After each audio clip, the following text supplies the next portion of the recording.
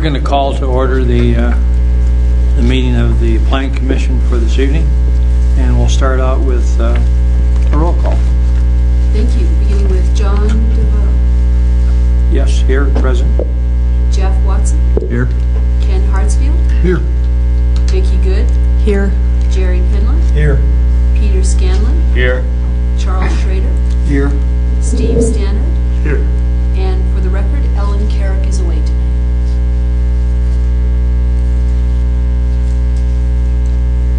Shall you join us for the Pledge of Allegiance, please?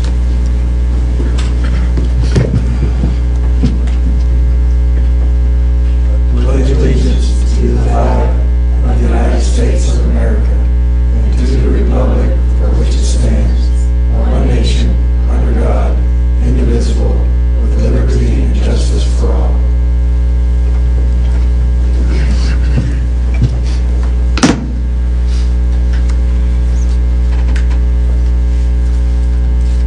Does everybody have a chance to look over the minutes from August 24th? We did. We've been on a sabbatical. Okay. Do I hear a motion to approve the minutes? So moved. Second. All those in favor? Aye. And move approved. Public hearings. A. Paradise of Colorado filing number 3, final plat sub 17-005.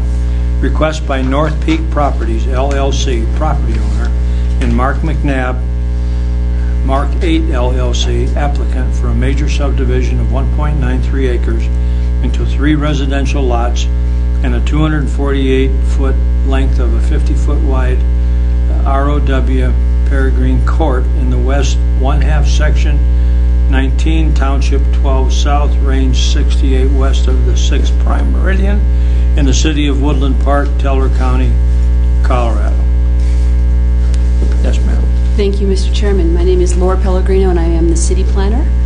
I am here tonight as the case manager for Paradise of Colorado filing number 3, which is a final plat for a 3-lot subdivision. It is subdivision application number 17005, a request by North Peak Properties, LLC, the property owner, who is not here tonight, and Mark McNabb of Mark 8 LLC, who is here tonight, and Mark McNabb is the developer and is available to answer any questions you may have. This is a major subdivision of 1.93 acres into 3 single-family residential lots and a portion of a 248-foot length of 50-foot wide right-of-way labeled as Peregrine Court on the plat to date. It is located in the west half of Section 19, Township 12 South, Range 68 west of the 6th PM in the city of Woodland Park. Tonight is November 9th, 2017. It is the Planning Commission public hearing for this final plat. For the record, November 16th, 2017 at 7 p.m. is the City Council public hearing for this final plat. This is a general site location map showing where this site is relative to Highway 24 and Highway 67. And you can see that it is on the east end of the city, pretty much along the perimeter of the residential development within the Top of Paradise subdivision and neighborhood. This big red dot shows you the location of the proposed 3-lot residential subdivision. This is an aerial photo depicting the rough layout of 3 sites, also showing the topography and existing vegetation on the site. In red, you can see the proposed lots 1, 2, and 3 as you go from north to south. Also shows you that the area is fairly well vegetated with typical ground cover, pine trees, some aspens in the area. This portion of Peregrine Court is not currently platted, and what's shown in red here is proposed to be dedicated as a public right-of-way with this particular final plat. This is Spacious Skies curving around here that is already existing, fully developed, and this was the lot for the show home for the parade home last year, in case any of you went to that particular parade home. This is Regal Way and Thunder Ridge Drive. These are the access roads that bring you into this particular neighborhood. This is a very brief zoning map, a little caption of the entire zoning map for the city of Woodland Park. You can see that the site is here along Spacious Skies Drive. The 3 lots are going to be in this area. And this entire area, this light tan color, is suburban residential, the SR zone district, which is typically a single-family residential neighborhood type zoning. You can see that the public, semi-public lands here in blue, this is the Woodland Park High School, Gateway Elementary, and also the new Aquatic Center, which is now open. Down here is other public lands. It is the Woodland Park Cemetery, and you can see that it is primarily residential in this neighborhood. To the east, of course, is unplatted, undeveloped land, but as we saw in the preliminary plat that was included in the staff report, all of this is planned to be residential lots. And this is the preliminary plat. It's also a hybrid of the master plan that was done for this entire neighborhood. So you can see preliminary platting of many lots in this area, approximately over 150 lots to 190 lots that have been preliminarily platted in this entire area. The 3 lots that we are looking to final plat tonight are these 3 lots shown in this red circle right here. And again, this is Spacious Skies, Majestic Parkway coming up here. All right, and this is a portion of the final plat that was submitted. You have a copy of the final plat with your staff report. These are all the dimensions of the 3 lots that are being proposed, which are primarily in conformance with the preliminary plat that we just saw. And here is the portion, 50 foot wide by approximately 250 feet long, right-of-way for what is currently labeled as Peregrine Court. And again, Spacious Skies Drive coming around here, and the existing filing 2 in this area here. These are some site photos that were taken just recently. This is looking northwest into the corner of Lot 1 from standing on Spacious Skies, looking into what is Lot 1, and this would be driving off into that Peregrine Court right-of-way. And this is just a further, standing further back view of the same site. You can see Spacious Skies Drive and the Peregrine Court intersection right here. And again, this is looking into Lot 1, standing on Spacious Skies. And this is looking from Spacious Skies into Lot 3, which is the lot furthest south of the 3 lots. So this gives you an idea of the topography and the vegetation that we're seeing out on these particular lots. So staff did receive this application and did a full code compliance. What we did was we reviewed it with Section 17 of the Woodland Park Municipal Code. Section 17 is the subdivision regulations. 1724 deal with the final plat. 2470, 80, and 90 deal with the completed plat, the submission of a completed plat draft, information that is shown on that plat as drawn by PLS, a professional land surveyor. Staff did review the plat as submitted and did have some minor corrections for the surveyor, and these corrections have been sent to the surveyor, and he is working on that. So the draft that you have right now with your staff report was the draft that was submitted. One of the conditions of approval of this particular subdivision is that the surveyor complete all the red line corrections that staff had indicated. And most of those corrections were very minor, just some changes. The applicant is also submitting supplemental material in the way of engineering plans that were done, construction drawings for water, sewer, drainage, covenants, draft covenants that are submitted, the fees that are required to be submitted with this application, the development agreement, the cost estimate that goes with that development agreement, and any insurance requirements for the right-of-way. All of those are supplemental materials. Then the other section of the subdivision regulations are the design standards, Section 1740. And these are the standards that relate to the design of the particular subdivision. So the purpose, 1740-10, deals with the design, overall design of the subdivision, and the purpose of this subdivision really is to ensure that this final plat conforms to the preliminary plat that was drawn, and staff does find conformance, and that there's adequate provision for utilities and services for this 3-lot final platting of the subdivision. For the site consideration, staff did look at as to whether or not this land was suitable for this proposed 3-lot subdivision, and again found that there were adequate services that could be provided, that there would be adequacy for fire protection, utility connections, drainage, stormwater, grading, and erosion control with the development of these 3 lots. 1740-040 deals with streets, and this plat does provide for the dedication of that portion of Peregrine Court adjacent to the northern section of Lot 1, and that it has adequately been depicted, that there is adequate frontage on all 3 lots. Minimum frontage requirement for lots is 40 feet, and there is more than 40 feet on all 3 of those lots. It should be known that street names are shown on the plat as well, and that Peregrine Court is not a viable street name for this particular portion of the road, much less the full length of the cul-de-sac. Even though there's already a street sign out there that says Peregrine Court, the applicant is reviewing street names for determination of a more viable street name, one that hasn't been used in the past, for instance.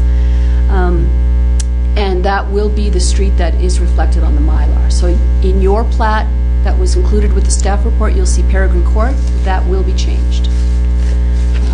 The applicant and his surveyor has also depicted easements. Each property has easements, 10 feet on the perimeter of the subdivision and 10 feet within the interior lot lines, 5 feet on each side.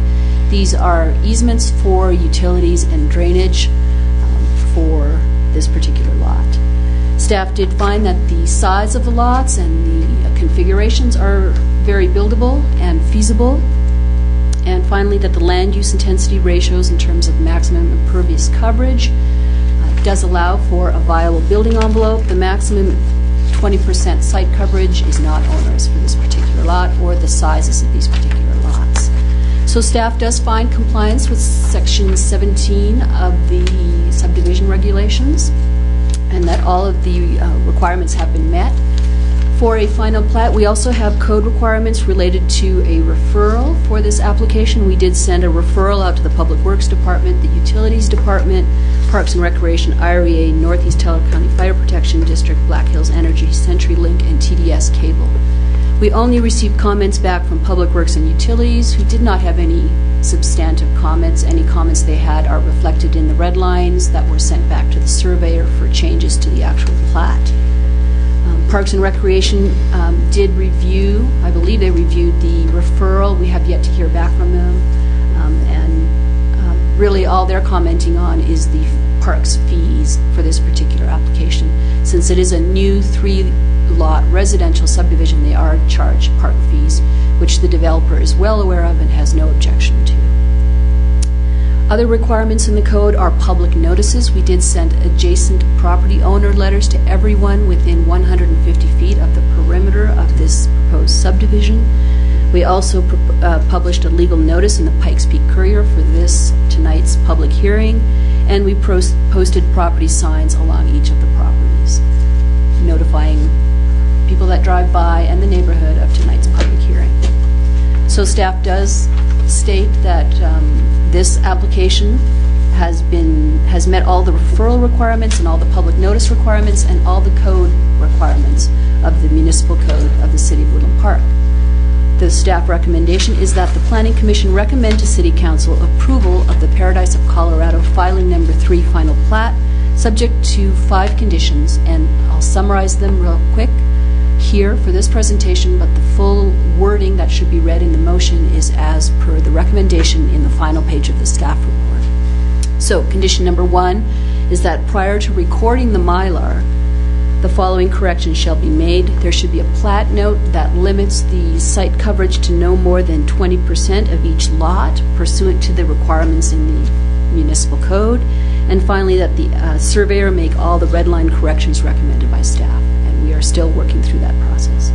Condition number 2, the developer must provide title insurance property, and that is for the right-of-way of Peregrine Court. Condition number 3, that the developer provide covenants. He has provided us draft covenants that are still in review. And number 4, that the developer provide a development agreement and security. The developer has provided a development agreement. He's reviewing that right now and has provided a draft of the security for all the public improvements that will have to be built with this proposed platting. And the property owner is to provide access to platted and unplatted tracks for staff to be able to get in there for maintenance and for installation of utilities and/or stormwater drainage. So that is staff's presentation. As I mentioned before, the developer is here, Mr. Mark McNabb. If there are any questions of the developer, he is available to come up and answer them. And if there are any questions of me, let's hear them. Thank you for now. We'll move on to the applicant. Next presentation. Name, rank, serial number, where you live, when you get up there, all that stuff. I'm Mark McNabb, and I live in Vide. And just thank you all for coming out tonight to hear our application. And I'm just here to answer questions. I think the presentation Laura gave was pretty clear.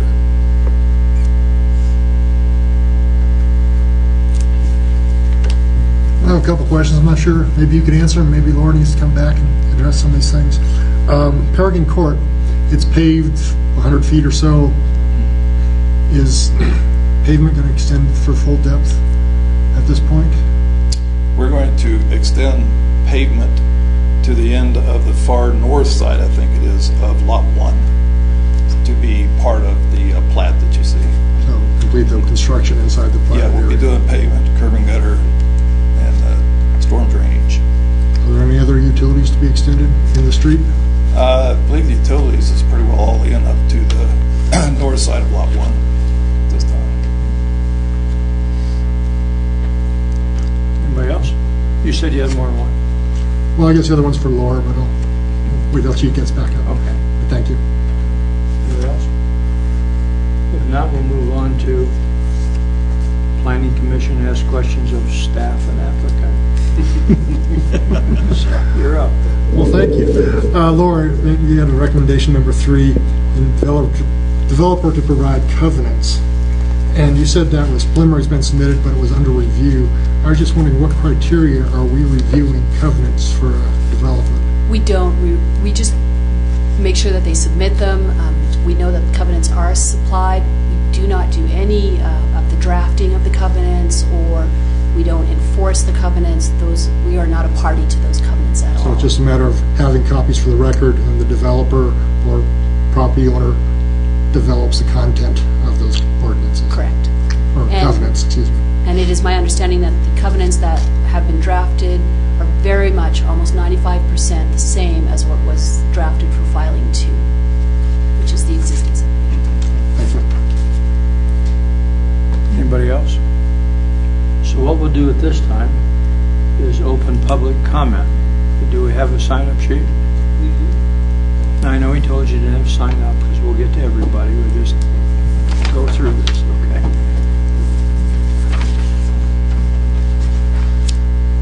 This gives you first opportunity. Need to come up here, state where you live, your name. It's the only drill you have to do. And number 1 is Doug Ball.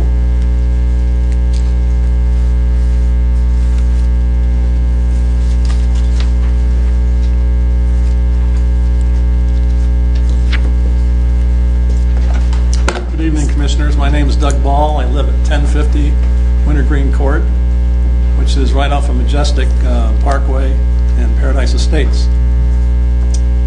I'm here to represent a group of neighbors from Paradise Estates. We're not here to talk against the lots on Spacious Skies. In fact, we support them.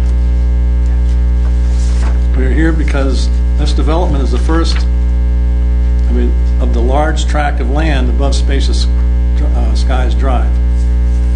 And how the drainage is handled on this tract of land will directly affect our neighborhood, because all that water drains down parts of Majestic and some different pipes and stuff.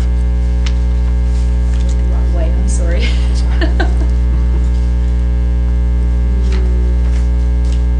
So I got a short PowerPoint to show you here. Yep. So I do just hit this. All you do to go up and down is move up. So this is the land above Spacious Skies. It's been sitting right construction started maybe 10 years ago, and then, of course, it all stopped. And then this is just the area where the 3 lots are going in. And then this is the area on Peregrine Court. Those are proposed, I guess, proposed lots, or that would be, they're not the final plats, but they're proposed plats. And if you notice, there's 2 pictures. One is a picture of a storm drain, which the road's not built. That's up near the top towards where the water tower is. And then the one below is a fairly large drain. It's the beginning of the culvert, or the pipe that goes down the hill, and that's the drain for a Fountain Creek, which comes down, which drains down from the top of the Rampart Range. And then this is an area that's proposed for another development, possibly. So our neighborhood concerns and requests being raised are the concern regarding overall drainage and drainage plan as this new development starts to progress, not just the 3 houses, but everything else. And then the concern over retention area and its ability to manage the long-term drainage and release down Majestic Parkway. That retention is one big retention pond that's right at the top of Majestic. And then the repair and management of temporary retention areas and netted debris, also silt fencing, diversions, and overflows by the developer through construction. So in this picture here, these are current pictures of some of the silt fences and retainage ponds that are up in the area just above those houses, which those are Royal Oak Court. In fact, there was not too long ago, and someone else can speak to the history since I just moved to William Park, but there was a failure of the dirt on the house side of that dirt road there, and all that silt and gravel washed down into their yards and created a big havoc. One second, are you talking about that kind of yellowish area at the top? Yeah, that yellowish area. Just, you see the 3 arrows? Okay. That's where that drains. That land below that road drains there right now. But apparently, if you look, the road winds over to the right. All that water that comes down that hill, there's a ditch on the inside of the road against the hill that all that water drains all the way down to eventually to the culvert at the Indian and then into the retention pond. So what I don't know what happened. I was up there looking at it, but it looks like somehow that water got to the outside of the road and just started eating away at just started pouring down that hillside towards the houses and carried all this gravel and silt debris. And some of those folks are here if they want to speak to that. I'm not familiar exactly how bad it was or anything like that, but that's the area. You see a lot of the silt fences. The silt fences are down. In other words, this hasn't been maintained. So you got this construction site for 10 years, and it's not really being maintained properly. And if we do get a major 50-year storm event or 100-year storm event, the water's just going to rush through that construction area. There's makeshift little retention ponds that are all through there. And some of that's the same for the up above Spacious Sky, too. And just, could you go back, please? There. I just had a quick question. The middle picture, just to orient myself, middle at the top. Where are the proposed lots in relation? They're to the left. You can see if you look to the left of the yellow, you see the intersection where the Indian is, and Spacious Sky goes to the left up the hill. Yeah, So those okay. 3 lots are over there.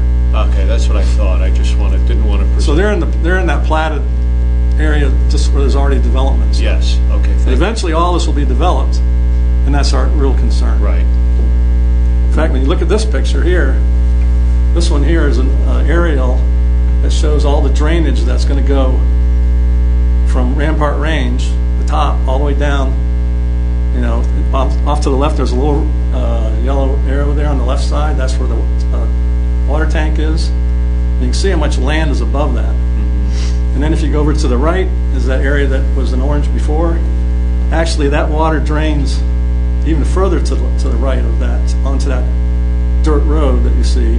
And that dirt road is now draining all the way down to the Indian and into a culvert that drains into the retention pond. So all this area you see above, Spacious Sky and the road to the right, the dirt road, all that water drains into that retention pond.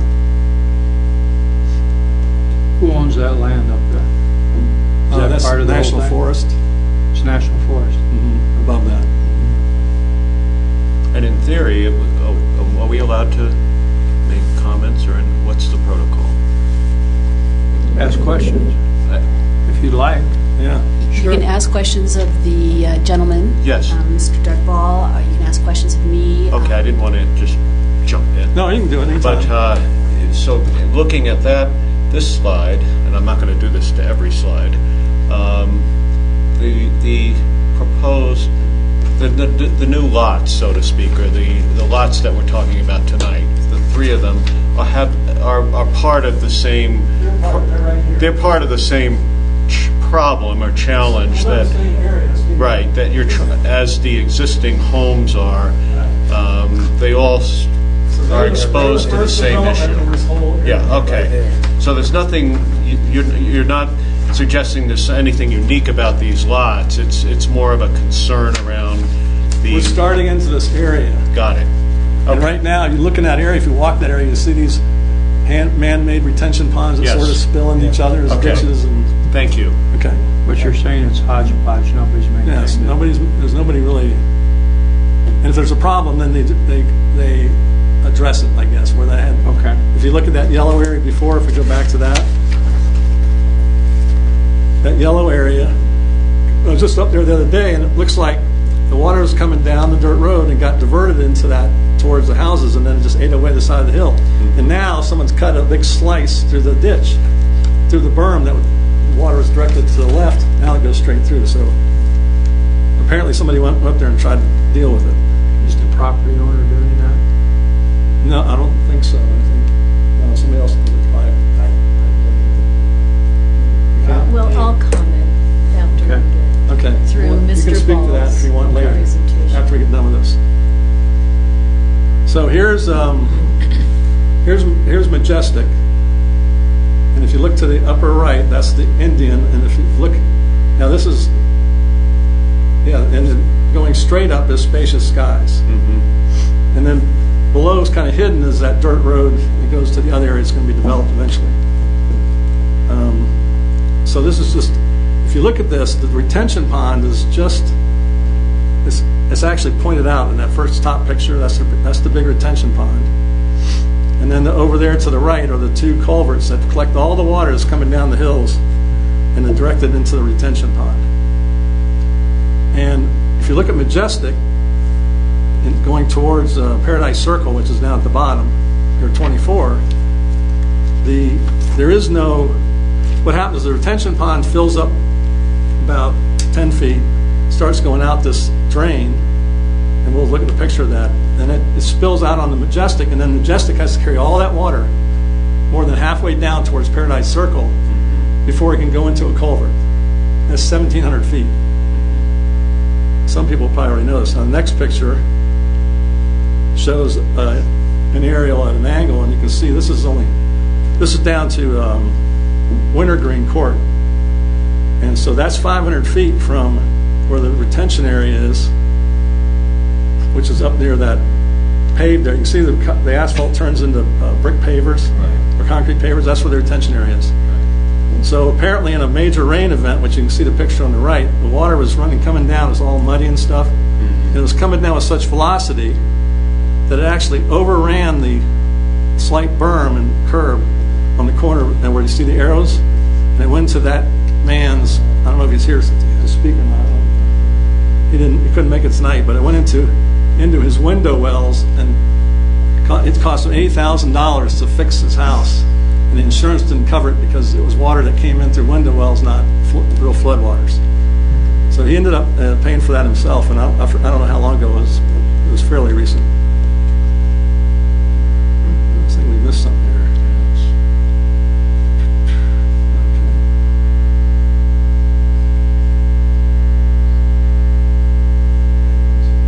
So anyway,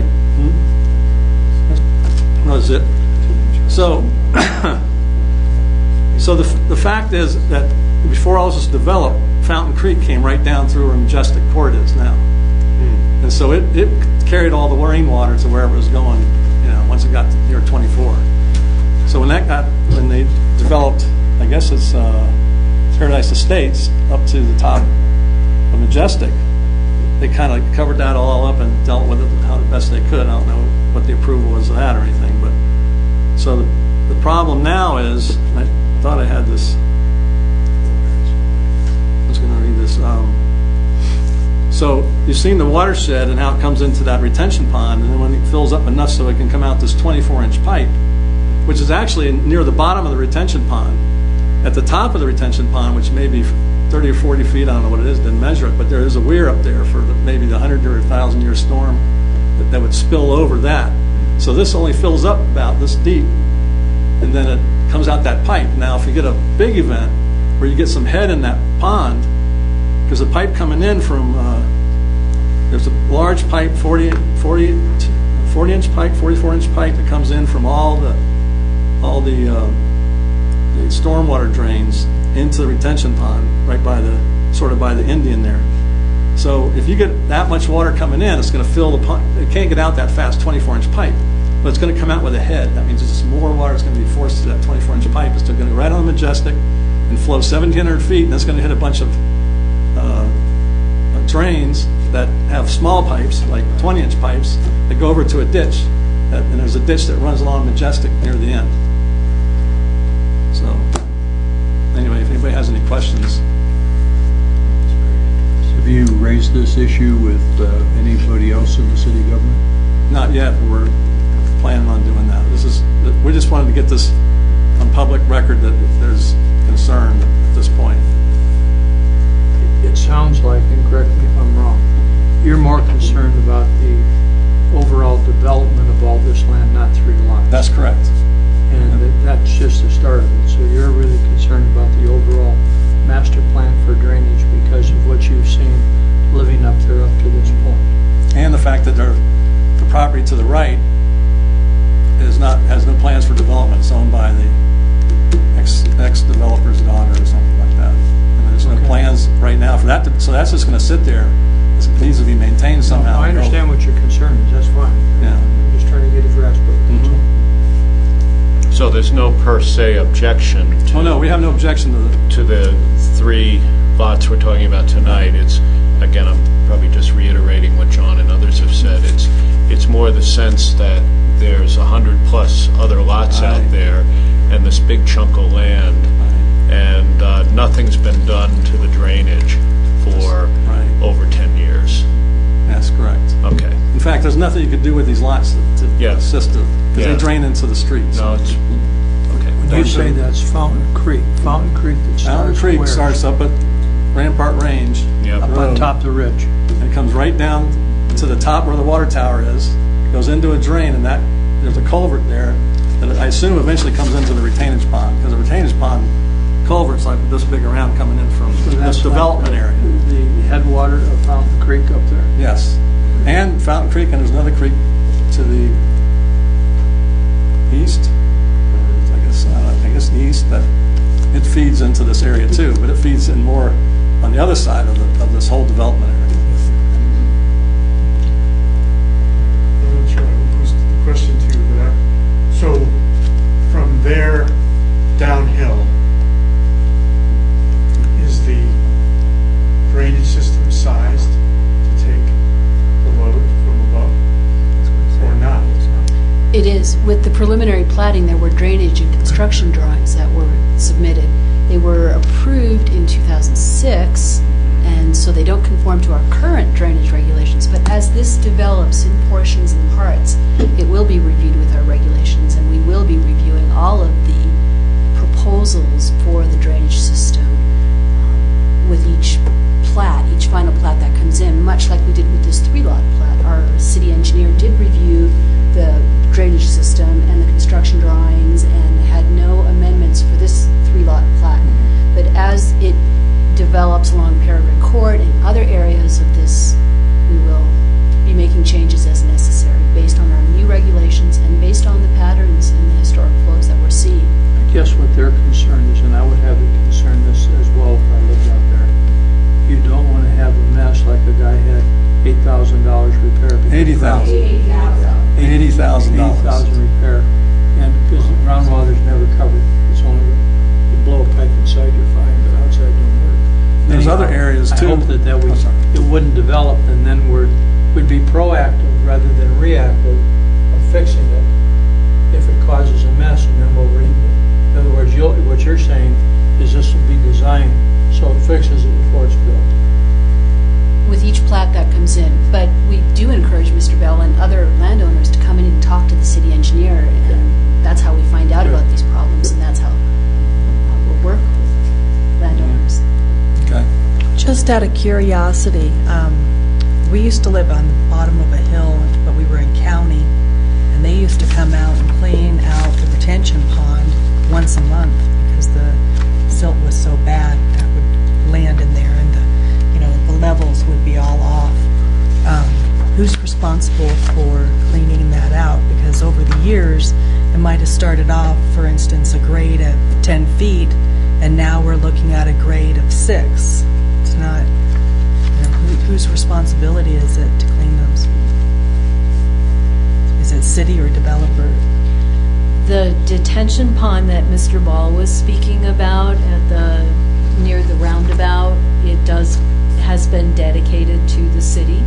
So it is the city's responsibility to monitor and to maintain those detention ponds. They're not retention ponds, they're detention. Okay. The difference between a detention is that it holds the water back for a period of time and is to release it at the historic rates. A retention pond would mean that water stays in it and retains all the time. Well, the detention So, pond, do we know when was the last time it was maintained? Do we have any record of that? The street department is responsible for monitoring the maintenance of detention ponds that are within the single-family residential developments. And I can't give you a specific date, but they do frequent these streets and keep an eye on the detention ponds. Laura, may I go back to something? This is just clarifying. These 3 lots that are the subject tonight are really surrounded by unplatted property, To the east. isn't it? To the Right. east is unplatted property. I'm sorry, I can't hear you. To the east is unplatted property, which has been preliminarily platted. Right, back, way on back. So at what would trigger the city's insistence that the drainage patterns and drainage plan be brought up to date with current requirements? You had mentioned at some point. As each plat comes in for development, that's when Okay. we review it with our new regulations. So, in other words, this plat tonight is in conformance, but we would have to look at the next, pardon my technical term, chunk or plat that would be proposed in order to have the city make a judgment as to whether that is in conformance. Correct. And would that be done with, of course, an eye to everything that's been done before? Because I suspect if I was standing as Doug is tonight, one of my concerns would be how does all this get coordinated so the end result, whenever that end result occurs, provides some semblance of comfort to the downstream neighbors, so to speak. Well, and I would imagine that the Public Works Department is keeping track of issues that arise as development is building out. So if Mr. Bell comes in and speaks with the city engineer, Mr. Ben Sheets, they would be monitoring the situation. Okay. And as a new plat comes in, they would take all of that into consideration, plus the new regulations. Okay, thank you.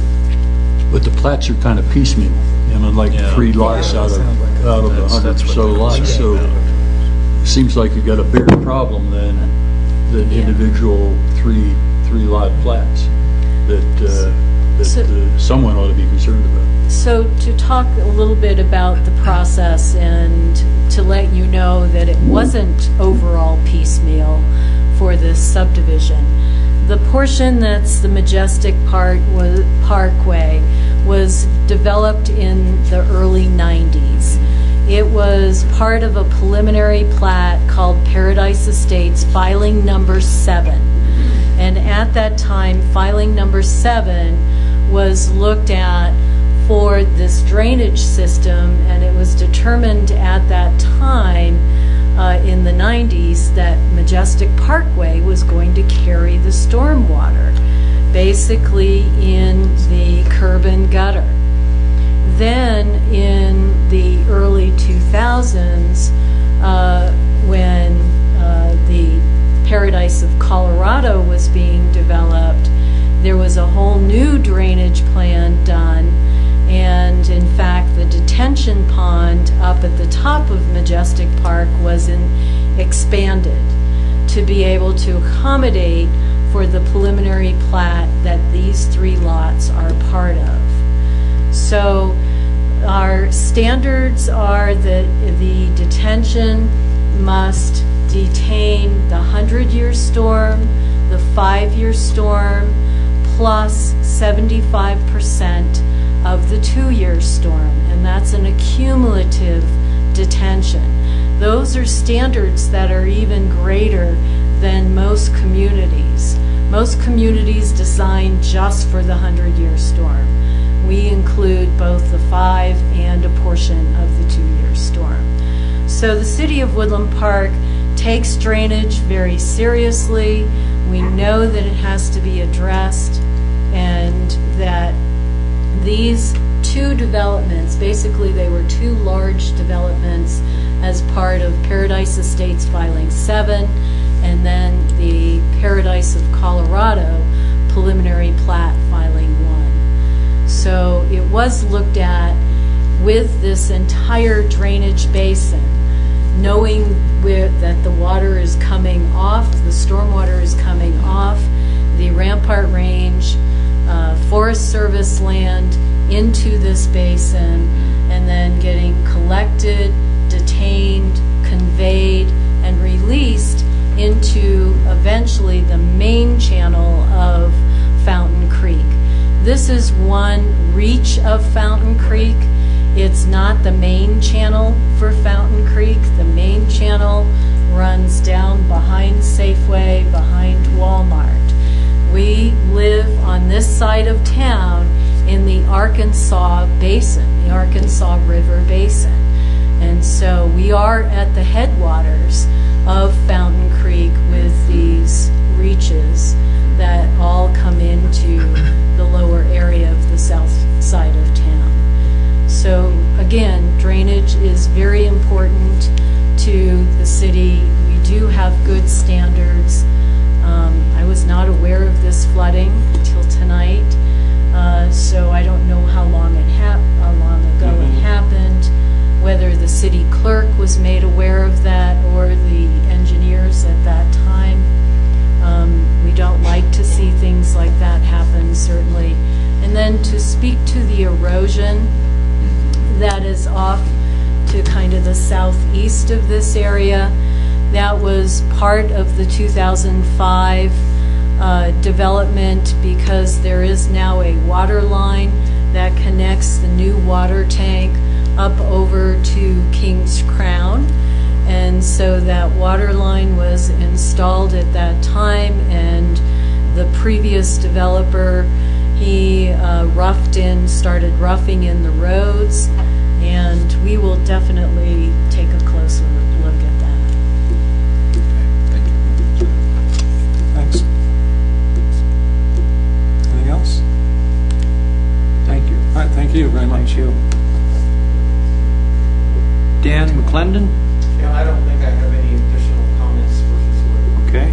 Doug expressed. Yeah. Claudia Miller? Okay, thank you. Claudia Miller?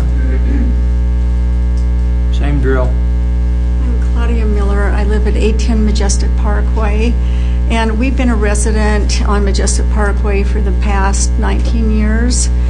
And I just want to verify that there are at least 6 neighbors that have had significant flood damage down Majestic, from coming from all areas, Spacious Sky area, coming down on the left side. We're on the west side, and it's come like a river down the back of our house. hit into the house below us, and it just looked like a small river coming down, and that was about 7 years ago. And then on Majestic, coming down the street, the floodwaters were coming over. On the right-hand side, there's been major flooding of homes down there. I know we incurred $7,000 to have our something tried to get more drainage in from a contractor. And I think one of the reasons that it may seem we were negligent in talking to someone with the city is Will Brown at that time was around, and he was very much aware of the situation that we all had. And we were sort of assuming that he was our contact person to kind of work with that. But I know it was mentioned that,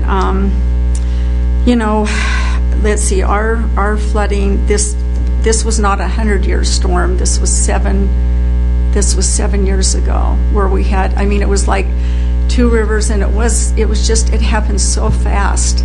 We just couldn't believe it. We were really shocked. And so I'm just feeling like the idea of building more homes into that area right now, when I just think for even new people coming in, it's almost unconscionable to think that this whole thing needs to be taken care of somehow with the residents that are already there with the drainage, because we are concerned that with more construction and some of the landscaping being, taken up, that we're going to just have this problem compounded, and we'll be swimming, in water and within our homes. And again, the insurance does not cover that. We all had to pay. 7 years ago when that happened. It was about 7 years ago. Was the city made aware? Well, I think we went through Will. at the time. Okay, because that's a lot of damage. A lot of damage, and we were probably the least affected of those 6 homes. There were major things going on, so. Sally, that's just news to you too? Yeah, I wasn't aware of damage. Well, you've got a developer that... Did Will not talk to you about it? You got a Not developer me. that's probably not going to, because he's going to have to fix it. No. That's normally how that works. Well, now we'll know a channel better, so, We have to protect you from that, thank you. and the city has to protect you from that. That has to be done. Okay. You can do it through bonding, through performance bonds, through new people that come in and develop and land. There's ways to protect you from that, and that's what we'll have to work on. Thank you very much. But you got to talk to us. We gotta will. tell us We know about the it. conduit now. You will not be a pest. You will not be a bother. If you have problems, you got to talk to us. Thank you. Steve Hall.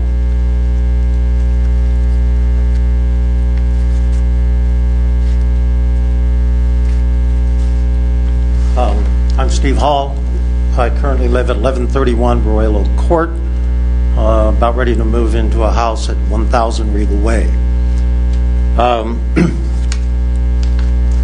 I was there before the road was built, up on the hill, before the water line was and the tower were put in.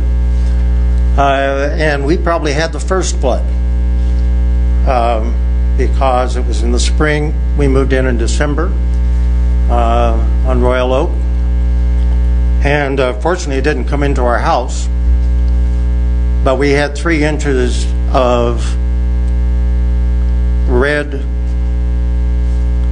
sand, clay, I don't know what you call it. You know what I'm talking about. On top of a nice meadow. Okay? Very little had been done up to that point to retain any of the water coming down. We complained about it, and there were fences put in. And apparently the fences have done their job to this point. But in 12 years, there has been no, and I emphasize, no maintenance on those fences. Okay, the road was put in, and as has already been brought to your attention, the water now flows down the, I believe you'd call it the east side of the road. It's dramatically cutting the gully. There were some haphazard retention, detention, I don't care what you call them, ponds that were set up down below. Many have been breached. And over on Peregrine, similar things were done. They put rock along the edge to retain the water, or at least slow it down. Almost all of those have been breached. So the dirt continues to pour down. We're talking about the east side, but the water from the east side coming down that hill ends up in the detention pond. Doesn't have any place else to go. Okay, so it hits that sewer, and I think it's a mistake to call it a storm sewer when actually all it is a feeder for the detention pond. It just, a storm sewer to me, of course I grew up in Kansas, but storm sewers were underground. You didn't have the dirt running down the street, and that is a very direct intended statement. It's dirt running down the street, and this has not been brought to your attention. It's not water that comes out of the detention pond. Steve, where is Royal Oak Court? We are the last cul-de-sac on the east side of Majestic, just before the Indian Fountain.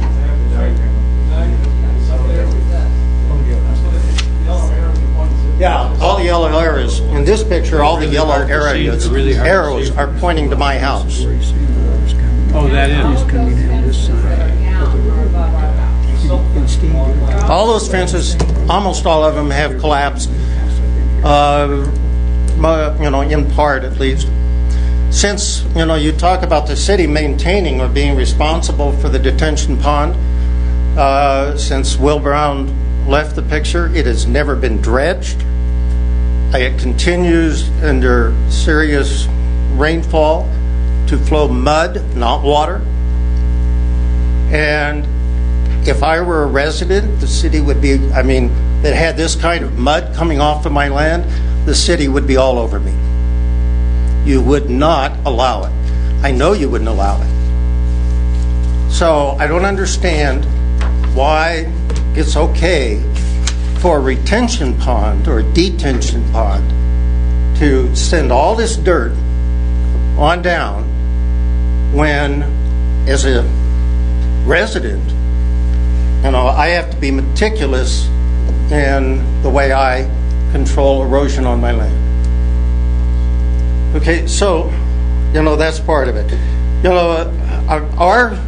Our concern is very largely, nothing's been disturbed up there now for 8 years.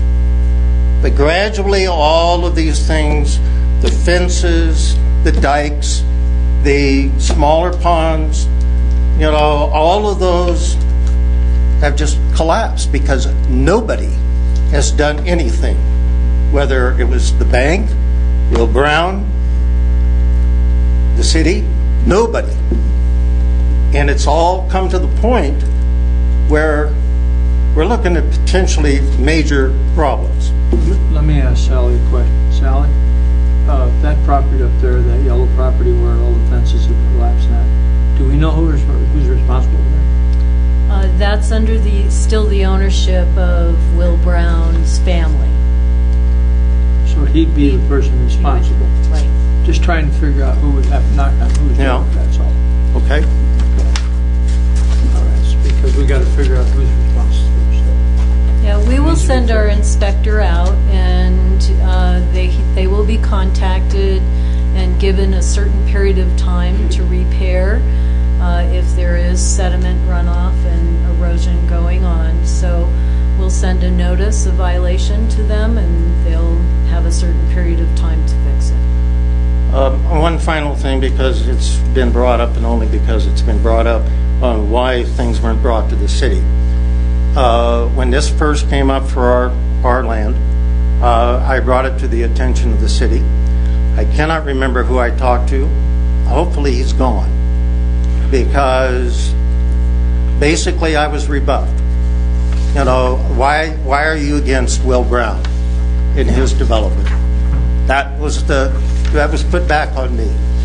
And so, you know, I wouldn't have pursued How it. long ago was that? 12 years. That's a long time to figure. Yeah, it is a long time, but I don't, you know, I hear you. I just didn't want to deal with it anymore. You know, I dealt with it on my own.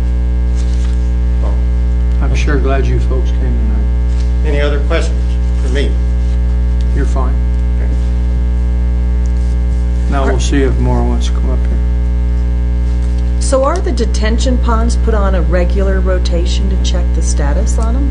Because again, like I was in county, they came out every single month and they checked on the detention pond at the bottom of our hill or subdivision. We don't supervise the street department, so I don't know what their schedule is. Maybe we can take that over. That would take it. I haven't got much to add because my husband spoke about our own tragedy. We have to. Oh, my name is Mara Hall. We're just doing it for the record. Right. That's all. Mara Hall, 1131 Royal Oak Court, co-owner of that property. I saw you trying to coach him. Yeah. I wanted him to know that our pictures are up there. And these were put in after the entire mountain came running down into our yard and covered our entire beautiful meadow that we bought, thinking, oh my gosh, it's a beautiful meadow. We'll have a little Kansas with our Colorado. So I can confirm the experience of them really basically bullying us. Don't you dare talk to us about this. And Will, somebody from the city did ask Will to bring a truckload of dirt to cover a beautiful meadow with wildflowers that was existing over these huge mounds of clay and logs and everything that he had ripped out above. And then they gave us some nice dirt supposedly to put on there. It covered about an 1/18 of one section. And so we spent a fortune trying to replace having some soil. Steve is just pretty talented, so we have retained our entire mountainside. It's beautiful. We never get a trickle of dirt or water off of our area. I would like to speak, if it's possible, for our next door neighbors who couldn't come, the Unruhs, who are to our east, no, to our north. They couldn't come tonight, but they are the victims of the area that's falling apart even worse. Somebody's got to help me with these maps.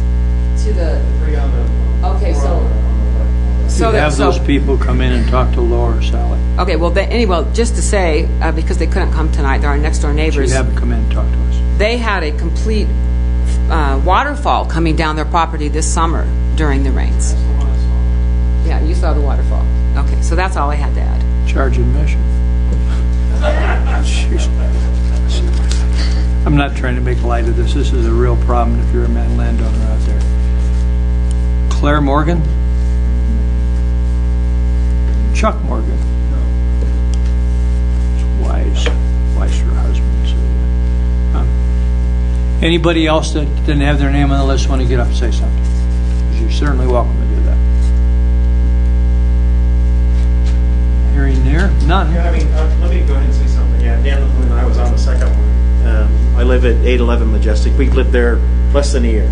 And so when the new development started and listened to the neighbors, that's kind of why we got involved.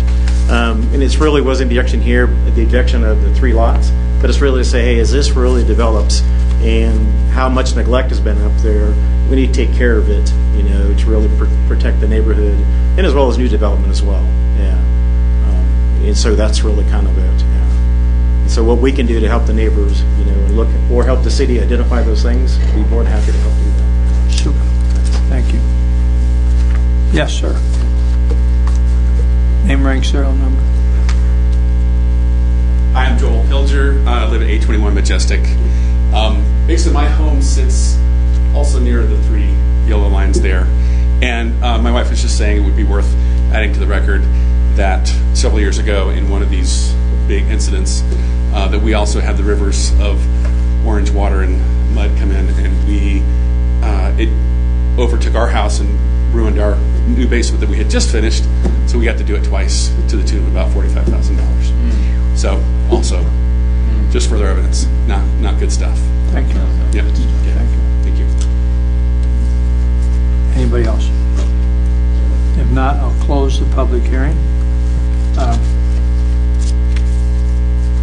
It's time for rebuttal of the applicant, but they weren't really after you. They were after what's been neglected up there. But do you have any comments about that, from the standpoint of the 3 lots that you want to develop? What your feelings are about that? Sure, please do. Otherwise, she has to take dictation. She don't want to do it. I want to record it. I really don't have a comment. I guess I have a question. The properties that are around the 3 lots, from all my investigation, is all flowing into the large detention area. It's over on the left side as you're coming up Majestic. And the question I have is, has it ever overflown? Has it ever filled up until it overflowed? And the reason I'm asking that question, in my experience as a developer and builder, Majestic is a long, wide street, which in some storms up here can create its own very aggressive flooding. So that was my only question. It doesn't really have to do with the 3 But lots. good engineering plans for that. Yes.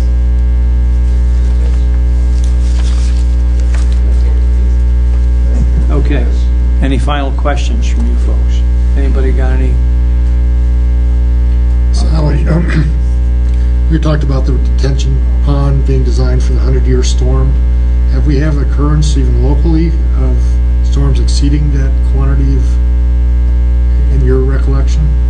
Yes, we have. And I can't nail down the dates, but it was the storm that I remember most recently was maybe about 5 years ago, may have been that 7 years ago. It's when City Hall flooded, and we had to move out of our offices and redo the whole front portion, put in a new drainage system out to the front, with City Hall being below grade. So that was Bill Alsbach, our previous city engineer, had been tracking those large downpours. And sometimes they're very localized. It may hit a very small portion of town. This side of Rampart did get hit pretty hard several years ago as well. May have been that same time, but yes, we've had 100-year storms. It's almost a misnomer to call them 100-year storms. It's not that they happen in a frequency of every 100 years. It's a 1% chance of that intensity of a storm. So the problems from the detention pond could have been that the storm was in excess of the design criteria. Yes. Which, right, and our storms too get magnified when we have hail associated with the storms, because the hail will block the inlets and it makes it even compounded far worse. and the other question is, do the applicants own any adjacent properties to these 3 lots at this time that you're aware of? Yes, the applicant owns the lots that are in the preliminary plat area. To the east. To the right of the lot. North. Can we identify those?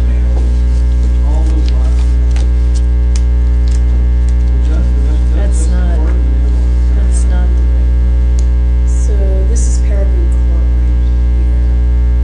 And these are the 3 lots we're looking at. Yes. So these to the east are all owned by the bank, managed by the bank, and currently unplatted, so this is all vacant land. And the ones shaded in blue. Right, right. So that's the same landowner that owns these 3 lots. But this is not the area that has the worst erosion that Mr. Hall was speaking about. So So, are there erosion issues in this area? I mean, looking at the area, looks like we've got, some exposed dirt, and that would be contributing to possible runoff to Majestic Drive. We'll send our new city engineer and the inspector out next week to assess the situation. So, and if they're not compliant, the city would undertake that work and then back No. charge or lien the property? No, we would lean on the owner to take care of it. If he doesn't, then we will have to do something. Yeah, Or but is who, that something? Legal action? Yeah, they'd come into municipal court. We would assess the danger right there. If it's imminent and it's life-threatening, then we would take action. But, it's probably not imminent or life-threatening. One of the things as this progresses, and somebody had their hand up, public comments closed, but I'll let you do that. But when you want to find out what's going on, I don't want you to have to run all over and go talk to this department, that department. Get back to the planning commission, or planning department for answers. Steve will find out through the cities. These people will do this. And when you want to find out what's going on, call them. This is where it started. Okay? Please do that. Otherwise, you're calling this, you're calling that. That doesn't work. Call them back. They love that. Just know that they'll be happy to do that. Seriously. But So you've got to find out what's going on. If I could ask Sally one more question. So these 3 lots, there's no wastewater or stormwater improvements associated with this work. They're already in place, curb and gutters in place. No, there's only been a portion of Peregrine Court that has been built out, as you noted before, about 100 feet. So there are additional curb and gutter and other public improvements. There is additional stormwater drainage that this applicant will develop as part of this 3-lot development. There's also a collection area to collect some of the water that's coming off and the erosion that's coming off of Peregrine Court, and there's also a storm pipe that will go underneath the water to connect to the entire system. So there are public improvements, which is part of his subdivision development agreement and the collateral that he will be submitting to ensure that these public improvements get built. Thank you. One question on the big picture. The developer here tonight is not responsible for the entire infrastructure of all the other undeveloped lots, but the owner has a interest in eventually wanting to get maybe you or other developers interested in further developing this broader property.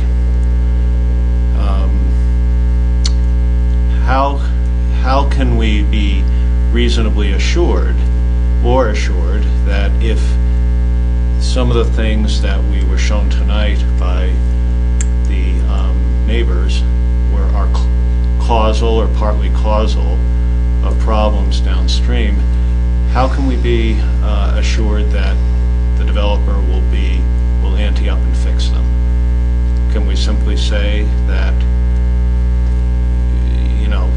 that we can't make the owner to fix them, because we can't make this man responsible for fixing everything across the hill, but we can say we're not going to approve any other developments here, or at least maybe we can or can't, until this situation is explored and mitigated, if there's mitigation to be done, because it seems like we have kind of this situation where the neighbors end up having, besides coming out of pocket on big costs, you have this one neighbor fixes their flooding issue that creates other problems.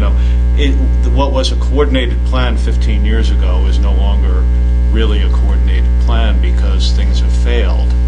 And at some point we have to say there's a line that's drawn. Bad expression, I know, because lots of lines have been drawn. where unless the owner fixes the set of problems that the city may eventually identify, there can't be any more development going on here. Makes sense Certainly what I'm should trying to create an say? incentive for the guy that owns the property Right. to want to sell it, because until he does, he's got nothing to sell. Right, The owner's responsible right, I know The that. owner's responsible. for the drainage of the lot. of Well, he the might be, land, but it seems that he hasn't done anything. Because it hasn't come to the city. But Okay. But it It's there now. also sounds like as if everything's going to be fixed at a later date. You said that detention pond didn't meet today's standards, and eventually it would have to be addressed. It was approved and accepted according to the regulations at the time. When new subdivisions come in, they have to meet our new regulations. Which would be what And- we're doing today, correct? Right, and this three-lot subdivision, as far as drainage is concerned, has been reviewed by the city engineer, and the construction proposed by this applicant will meet our standards, and does meet our standards. So the existing facilities and infrastructure have to be reviewed by the city, reviewed and assessed by the city inspector. If it's failing, then the city needs to do something about it. But what I'm saying is, every time, then maybe the next guy doesn't have to fix it, or the next guy, but then suddenly, oh my gosh, I'm the seventh in line, and now I have to pay for $1 million worth of infrastructure because we've been putting Band-Aids on it all along. Well, the infrastructure is assessed holistically. So the city engineer did look at the detention ponds in the neighborhood and the system that exists and was proposed for construction. But they don't apparently be working. We did not know about all of these issues. That's right. So he's so looking they're- at a set of plans, he- and he sees that the detention So system... it's incumbent on the city maybe to revisit the whole plan and assess whether or not it's adequate to the conditions that these people have experienced. Absolutely. And that's what Sally has said, is that we'll send the inspectors out, we'll do that assessment, we'll take a look at it, and the city engineer will become aware of the situation, and that will assist with his assessment. Because it sounds like a pretty big problem. It does.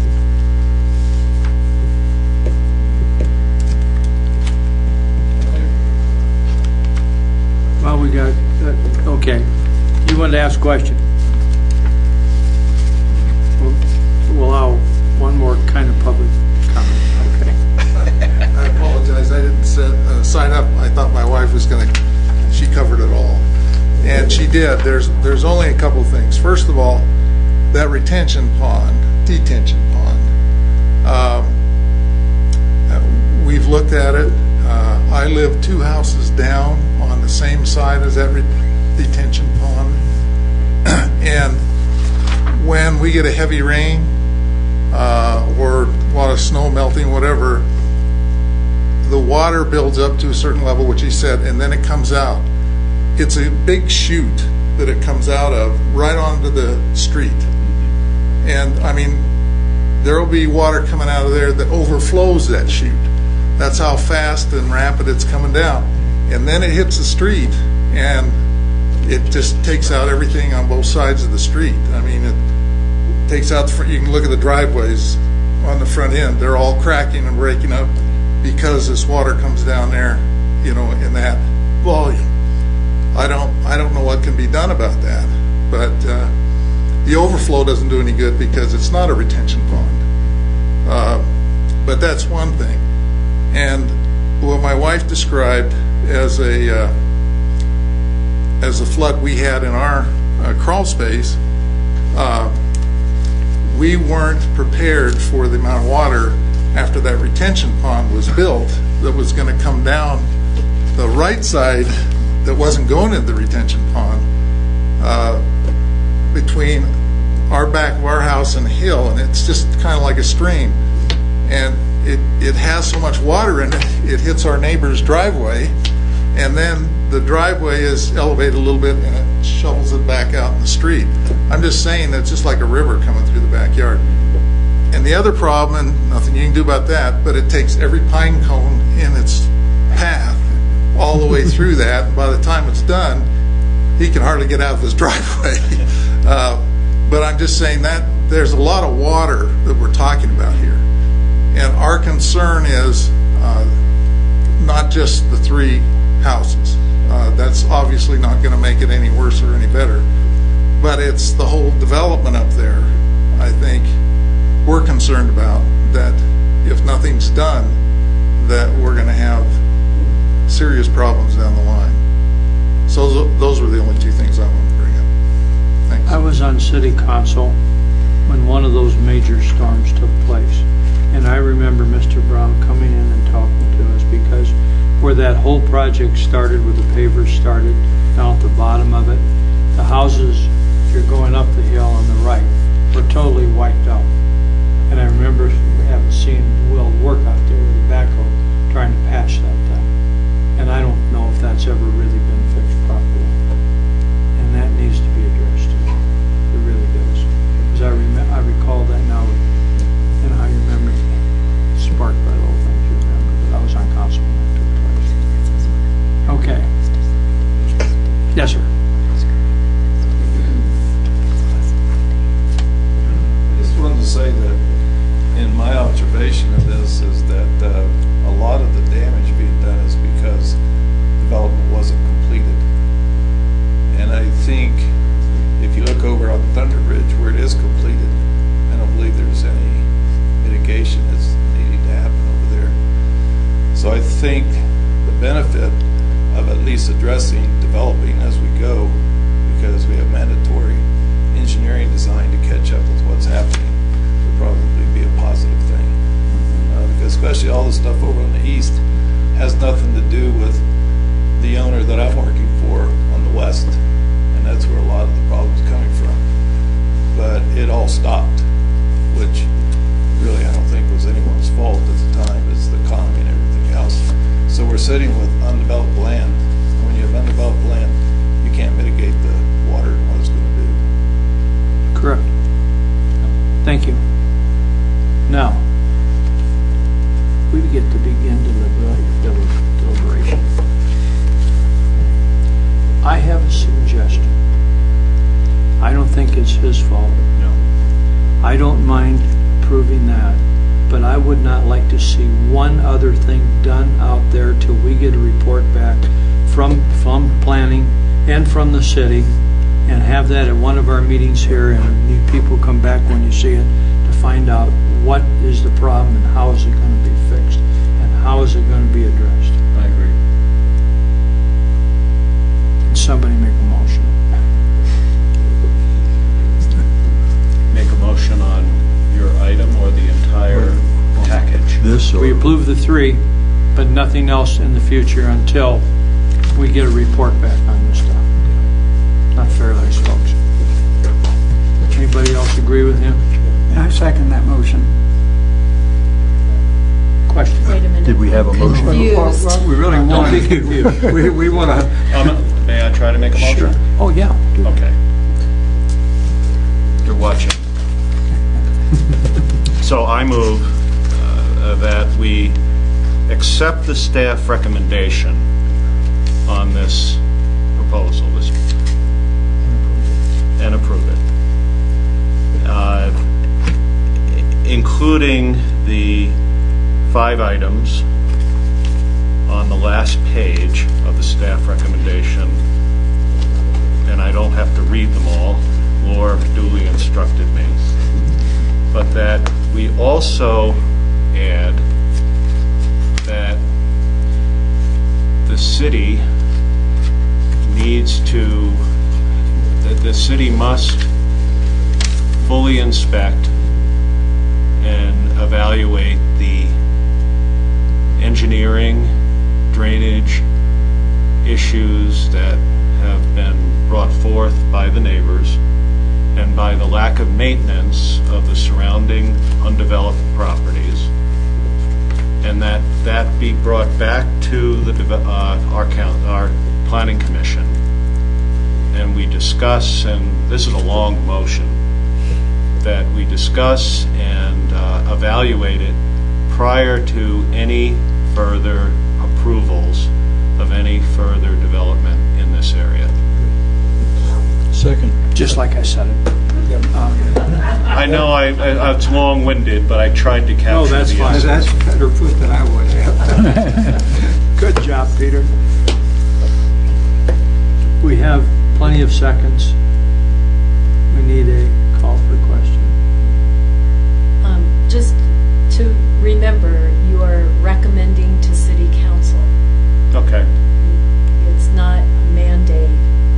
I'll be So- glad to come to City Council and explain our position. Well, City Council will get a copy of the minutes, and they'll Okay. see that recommendation to them for Just send them action. video.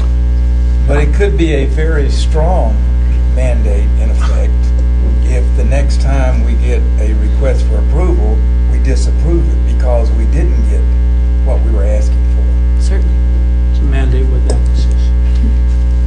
Okay, I'm not going to reword, I could never say again what I just said. He's got But it on record. I make a motion that we, The recommendation to City et cetera, and that we strongly urge the City Council to consider and approve the extra item at the end that I spent 150 words trying to say about a study, evaluation, and an assessment, and if necessary, require the mitigation of any drainage and issues, et cetera, that have emerged by the We're plowing new ground. We've never done this before, okay?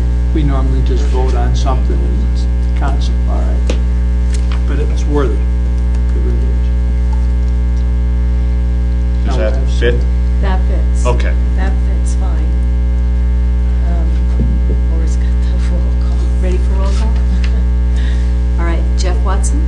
Yes. Oh, I'm sorry, who was the motion moved? It was Peter, right? And who seconded that? Joe. Approve. Okay, starting with Jeff Watson. Approve. Ken Harsville. Yes. Vicki Good. Yes. Jerry Penland. Yes. Peter Scanlon. Yes. Charles Schrader. Yes. Steve Stannard. Yes. John DeVoe. Yes. Motion approved.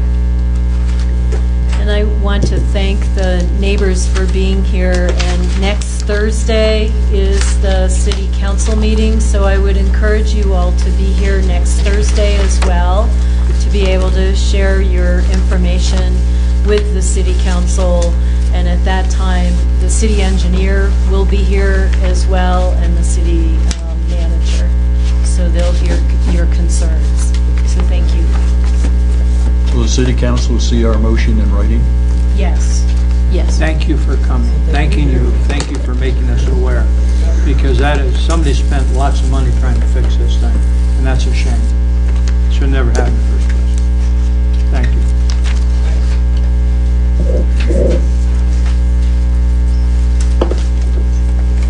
Norm will put it in the paper to make sure everybody reads it.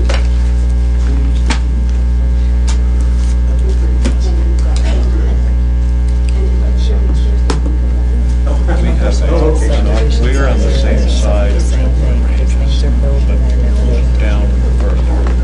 We're on Sunny Glen, which you know where the Remex is. Doesn't matter what happens. Okay, moving We on. have some serious water coming out there. Reports? I have a... Any reports by anybody?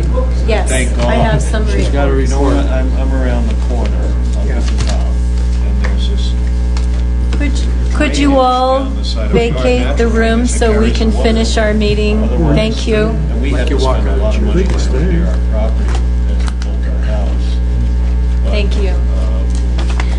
First of all, just a reminder that our next meeting is not on Thanksgiving, 2 weeks from tonight. Oh, goodbye. We don't come in for dessert. But we will have a meeting, at least we're planning on it, depending upon what happens next week, to have our next meeting on December 14th. And Mr. McNabb is going to have a flood hazard permit, speaking of drainage, but on the other side of town, so different creek, different flow. So that will be on December 14th. So mark your calendars for that. On your desk, are 3 monthly reports. So you have August, September, and October. I did want to call your attention to the October monthly report. I highlighted the Stone Ridge Village filing number 3 subdivision. That is, that plat is about to be recorded on Monday. There are 28 lots in that filing, and I understand from the developer that they are pretty much all spoken for at this point. So he'll be back with 4 again, because we talked about Excuse he talked me? about 4. He talked about going all the way out to research. And then Before it was filing, within the year, yeah. filing number 4 will be coming in, and yeah, we'll connect out to research. They hope to have that done this next summer. There are 21 lots associated with filing 4. Yeah. So those are the monthly reports for you to peruse.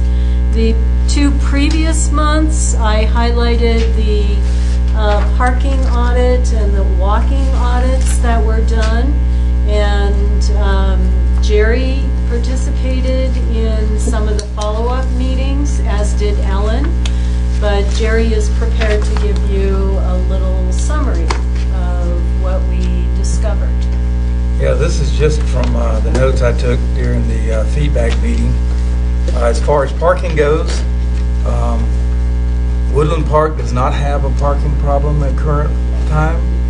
We have adequate spaces at all times. Our only current parking issues is signage, letting people from out of town know where to park. I personally lived here for 6 months before I realized you could park behind the ute and walk in the back door. So those are the kind of parking problems we have. It's the signage parking, it's not available spaces. Since parking will be a problem one of these days, as we know, as things build out, what he recommended, what the study person recommended we do is we do the parking study every year, and it's a very detailed, structured study. We do that every year, so over time we can see how the parking is developing to where it does become a problem, and we can get ahead of the curve and get things, either get more parking or do what we need to do before it becomes a big problem. But I personally don't have a problem parking because I know where the spaces are. If I want to go to any event, there's always space available. I don't know what anybody else is. The only problem we have downtown is RV parking. Somebody comes in with a motorhome. And we've got a solution that the DDA is working on. There was a big discussion about that too. And one thing was the Victor Bank opened up. They say they've got that space out there, and they have, I think there's a new sign that actually filters people into there. As long as that sign's on 24 with plenty of time to see where it's at to turn and get there. Yeah, Vector Bank has it on their Do they really? sign now that says, We've got come park additional with us or parking something we can like use that. right I don't there. remember the exact wording. As you turn down Center Street, there's a big lot that we can use there as well. As far as the walking part, we have 30,000 vehicles a day that go through downtown on Highway 24. About 3.2% of those are trucks, even though we think it's a lot more, the big trucks. But that's the numbers we have to work with. And he talked a lot about Mojo. And he said that's the ability for a city or town to come together, set objectives, and get things done. And he said Mojo comes from doing small things incrementally where people see things actually happening and not just studies and wasted effort.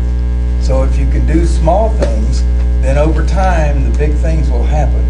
But if you try to grab the big picture, like the bypass, for example, and that's all you ever focus on every time you get together to try to do something, you never get anything done. So as far as looking at that, the near-term achievable plans are what we needed to do. And those are already started going, things have already started happening that I wasn't aware of, and it's a really interesting meeting to go to. It's well worth it. Because as far as priorities go, and walking around, of course, our sidewalks are a big problem. There are gaps in the sidewalks. It's not easy to walk around, especially if you're handicapped. It's a big, big problem. So there's already money in the budget for this year, next year, to start filling in those gaps on the sidewalks. And the core area is the 4 blocks in the downtown area, and one of the big priorities is to get those sidewalks fixed, and any gaps in there, which there are gaps when you try to walk around, get those completed. And that's already in the budget to start doing that. And there's future projects set for 5 years out to fill in those high priority areas and meet the ADA requirements, add ramps, and so those kind of things are going on. We talked about more and more people. Mary Jo Larson said that she's already seeing more and more people walking around downtown, which is a really good thing, of course, for all the businesses and everything else going on downtown. And so we need to look at ways of making it friendlier, which is the whole gist of this thing. And one of the ideas that I really liked that Bob Carlson brought up was something that the students that did the little walk around about a year ago, I think it was, we can work with CDOT, and the city is already, there's some new people down in CDOT. About 4 years ago, I'm going around in circles now, about 4 years ago, the first thing I heard anytime you talk about CDOT was that CDOT is not friendly to Woodland Park. There is no synergy there between CDOT. Anything we want to do is a big problem, we can't get anything done. But now, there's some new people down in CDOT, and it sounded to me like, from the people that the city is working with the CDOT, that things are going to start happening with CDOT helping us, actually making suggestions and working with us on some of the things we've been talking about since I've been here, which is not that long. But some simple things like bringing the speed limit down to 25 miles an hour, maybe narrowing the lanes a little bit, which allows you to drop the speed limit down, and put planters down the right side so you've got some separation between the pedestrians and the traffic. Simple little things like that are things that maybe will be doable working with CDOT now. Just a few more things.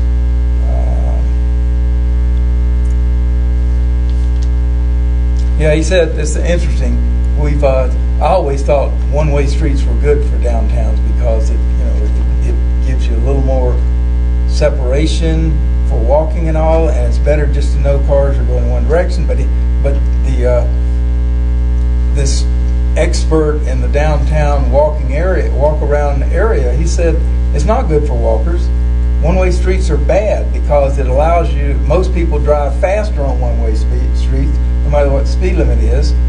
There's more crashes on one-way streets, and visitors get confused going from one point to another. Now, we would know after a time, but somebody's from out of town, one-way streets, I want to go over there, but I can't go that way. So he said they're really bad for downtown. So if you hear about one-way streets, maybe that's not the best thing to do. The little town I came from in Indiana, they put them in and took them out because they were a disaster. Exactly, yeah, there you go. So that supports what he said, which that's counterintuitive to my way of thinking. And then Coy brought up, the last thing Coy brought up, a discussion about the clean the streets because they're pretty bad from a visitor standpoint.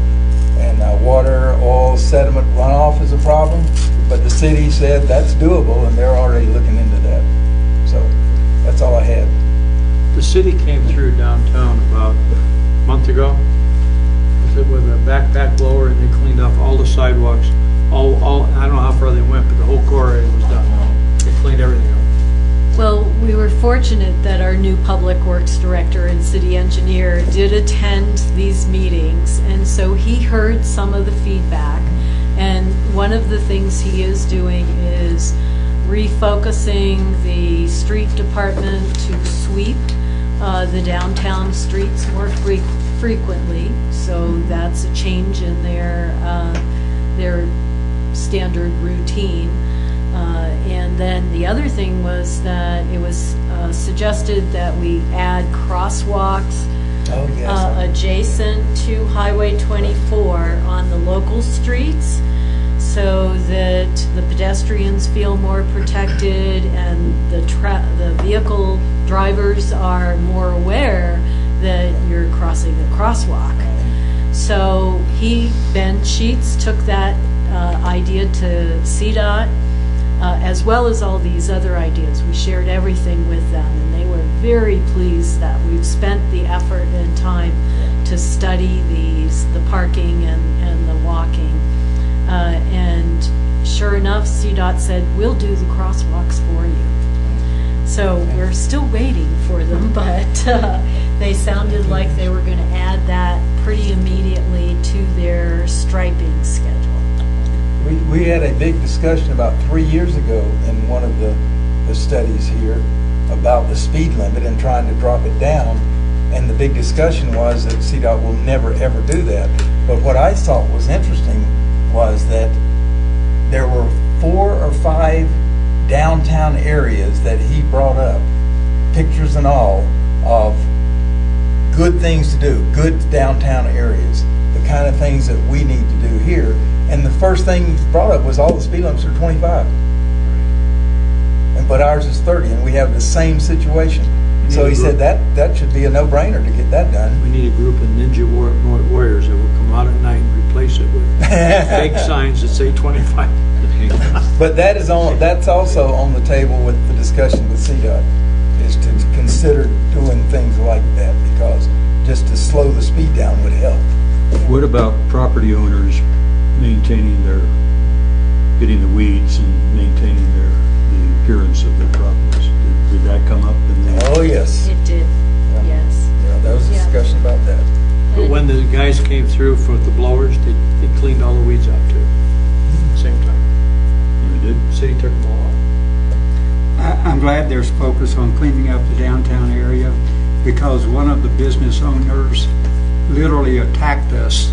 Oh, yeah. When we were doing the walkability study and saying, you know, and I've talked to such and such, and he said that they're not going to do anything. So I'm glad there's been a shift in focus. I think would be a good word there. Yeah.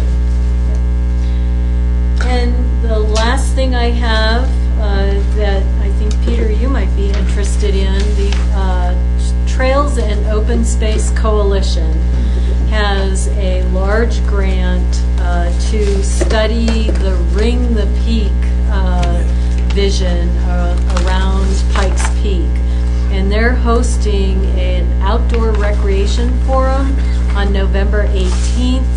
It's going to be up in Cripple Creek at the Heritage Center. It's a Saturday in the afternoon from 1 to 4. They're going to have 2 panels discuss the benefits of the recreation opportunities on Pikes Peak and how Ring the Peak will really add to this area. So if you're interested, it's free, and we would love for you to go, and then you can come back and report to the Planning Commission. I'll let you know. Okay. Okay, I'd love to go, I just have to get rid of other things that day. Well, Peter's done a whole ton of hiking this year, I have. backpacking, so you would have a lot of great input for that type of facility. I'll follow up, I'll give you a call. Anything else? That's it. Need a motion to adjourn? All in favor?